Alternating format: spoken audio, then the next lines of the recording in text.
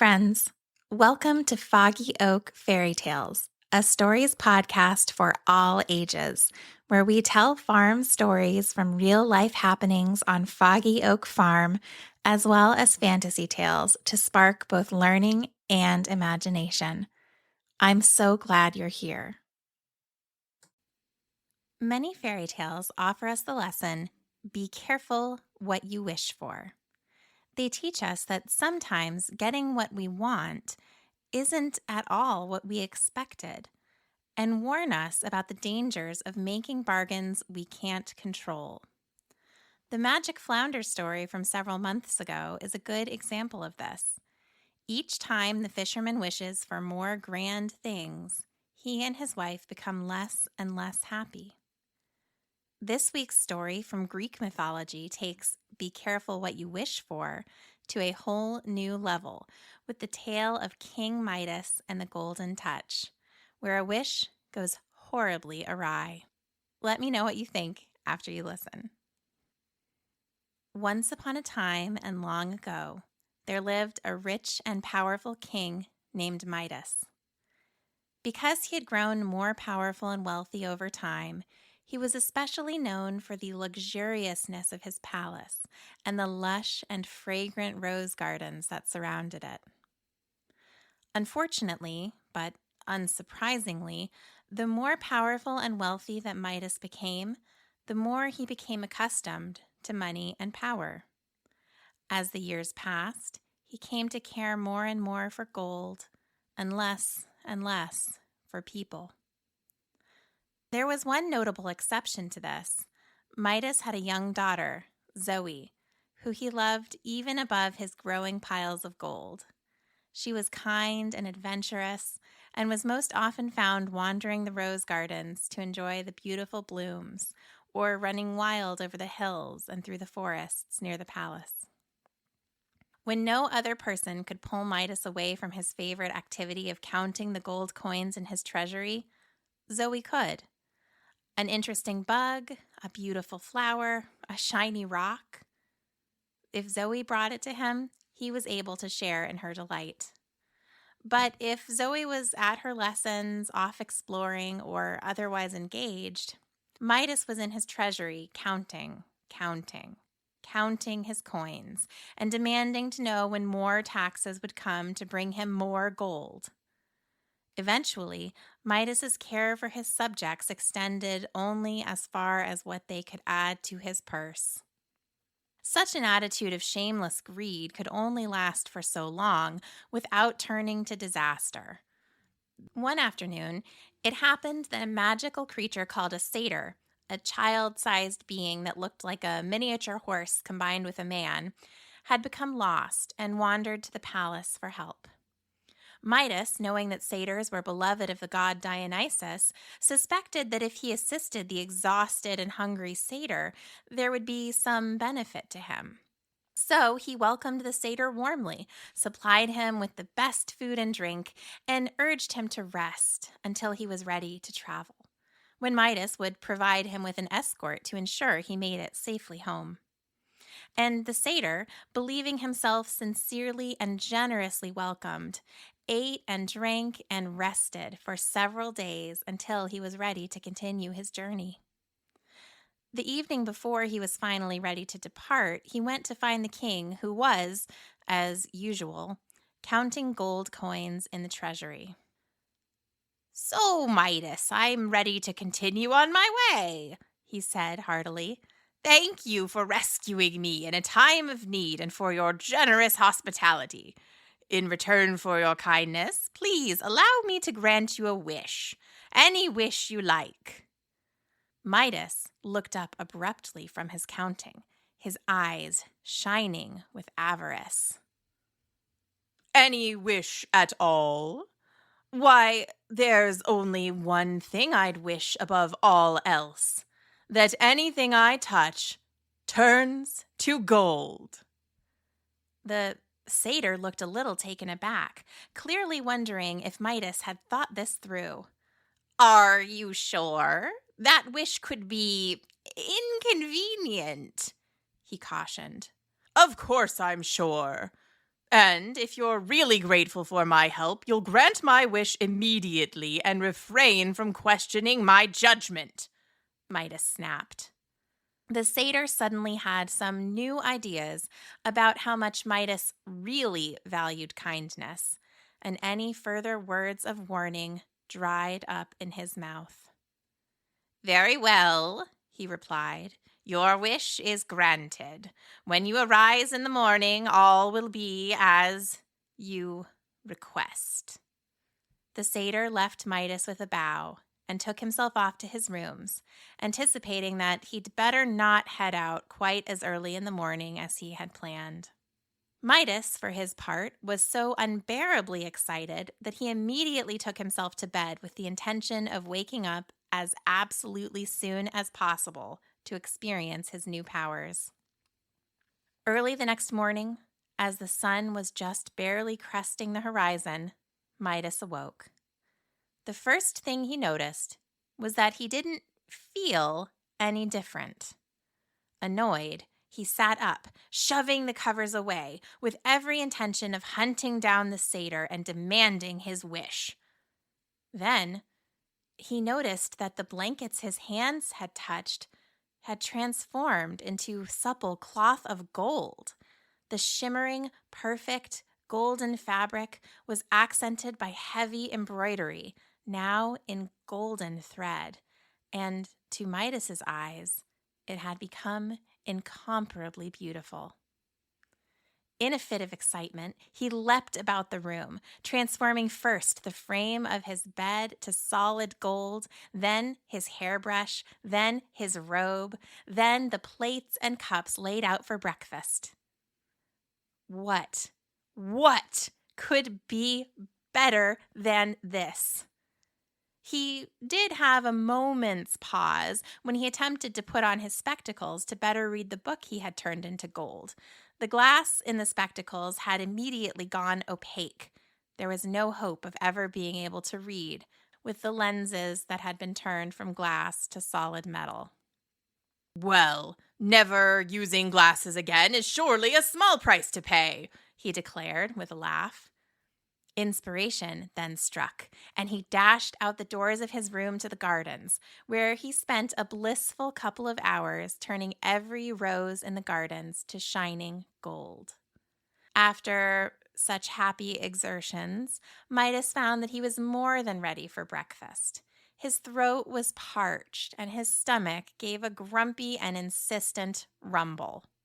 "Ho, ho, ho! I think I've earned my breakfast today," he said to himself as he walked back into his chambers, where servants had already laid out a beautiful morning meal.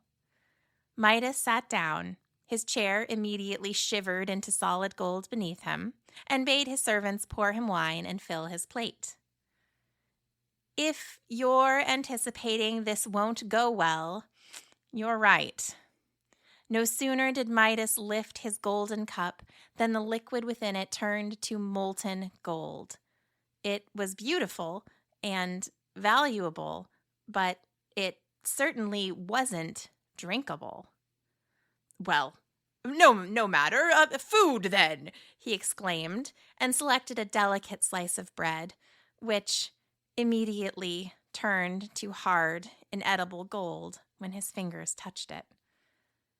Now, Midas was beginning to get a little worried. No matter what he tried, he could not get food or drink to his mouth without turning it into gold. A man couldn't live on gold. His anxiety began to spiral, and at that moment, Zoe ran through the doors to his chamber in tears, clutching one of the golden roses. "Father, you won't believe what has happened," she cried. "All the beautiful roses, they've turned to metal. I cannot smell these hard, cold things. I cannot cuddle them close to me and feel the softness of their petals. They have been ruined. What can be done? Oh, Father!" Seeking only to comfort her and calm her distress, Midas extended his arms to offer Zoe an embrace. Zoe, as she had done unthinkingly her entire life, ran into the circle of his arms with a sob, and Midas, as any loving father would, put his arms around her. Where there had been his lively, beloved daughter, there was suddenly nothing but an unmoving, golden statue. Midas leapt to his feet in horror, an astonished gasp of agony, the only noise he could force from his suddenly frozen lungs. Zoe, now unsupported, clattered to the ground with a deep clang. Horrified that he had now also allowed the statue of his daughter to fall, what if it had cracked? Midas threw himself to the ground beside her to check for damage. He saw that at least the statue was unharmed, but the joy he had felt only a few moments ago at the scope of his new powers had turned to ash. The loss of his beloved daughter showed him, in a way that even being unable to eat or drink had not been able to, exactly what a fool's bargain he had made. He pulled the hard, heavy head of the statue onto his lap as he knelt there, with a heart so broken he was sure he would die at any moment, because how could one go on living when it hurt so much? It was at this moment, at the absolute deepest part of his despair, that Midas heard the clicking of hooves outside his patio door and saw the satyr move into the open doorway. "Good morning, King Midas," the satyr said gravely, offering the king a deep bow.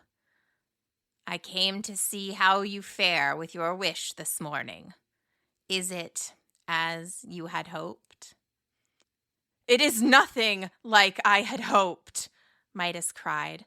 "I have destroyed the very thing I love most in the world. I would give all the gold I have and never miss the sight of it again if I could undo the horrors I have caused." "I feared that perhaps you had become too hard of heart to be moved," the satyr said slowly.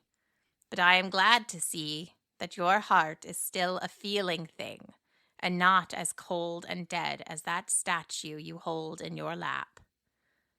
"Tell me she may be saved," Midas begged. "Tell me that she is not cold and dead in truth. Tell me there is something I can do to make this right." "King Midas, I would be an ungrateful guest indeed, after your generous hosting, to leave you so poorly served by your wish," the satyr replied, "though I hope you'll take from this a lesson you won't soon forget. I release you from your wish." Midas felt as though he only blinked, as though no time at all had passed, yet without seeing quite how or feeling anything changed. Suddenly in his lap, he held the warm and wriggling form of his now very much not golden, very much alive little daughter. "Father, why are we on the floor?" Zoe asked curiously. Well, no reason at all, I suppose," Midas responded, now almost unable to speak from joy instead of grief. He helped Zoe to her feet and stood himself, noticing as he did so that every item he had turned to gold had returned to its original, now beautiful, normal, and perfectly ordinary form. Only the flower that Zoe had brought to him in her sadness, forgotten on the table, had remained a gleaming, golden reminder of what he had done with his careless, selfish wish. Midas turned to thank the satyr, but the little creature had vanished as soon as he released Midas from his wish. Midas picked up the golden flower and handed it to Zoe. "I am sorry that the flowers were ruined this morning, my darling. I think if you return to the gardens now, you will find things have been put to rights.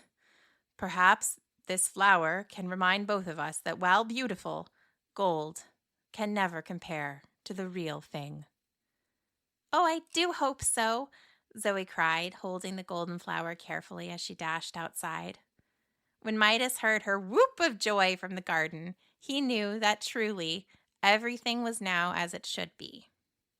From that day forward, Midas was a kinder and more thankful man, for he had learned what he truly valued and was determined to make the living world a better place by sharing his wealth rather than hoarding it. In fact, rumor has it that he never set foot in his treasury again, having developed a very intense dislike for gold. The end. Well, friends, I think turning your beloved child into gold and never being able to eat or drink again is a pretty hard way to learn a lesson. But I appreciate that King Midas did learn it and, more importantly, was able to undo the harm he had caused and carry the lesson with him for the rest of his life. Are there times you've wished for something that didn't turn out how you expected it? When I was little, for example, I was always impatient to grow up. I thought being an adult would solve all my problems, give me the freedom to do exactly as I chose, and generally allow me to set the course of my own life. I can't say that it's been as much of a lesson as King Midas's, but being a grown up isn't as easy and carefree as I always imagined when I was a kid either. I make sure to encourage my daughters to enjoy this time when they are young and have lots of freedom and time to explore and make memories. You do get more independence as an adult, but you also get a lot more responsibilities that you have to take care of. So I'll encourage you to do the same. Enjoy your childhood. Don't wish it away. And as we have all been reminded today, be careful what you wish for. Until next month, thanks for listening. Remember, you're part of the story too. What did you think of this story? What did you imagine when you were listening? We'd love to hear your part of the story. If you and your grown-up want, you can share your thoughts or a picture you drew with our Foggy Oak podcast family. You might find it easiest to share with us on Facebook at Foggy Oak Farm, but we have lots of options on our website, foggyoakfairytales.com. You can also check out pictures from the farm and learn more about us. Thanks for being part of the story, and I hope you'll join us next week.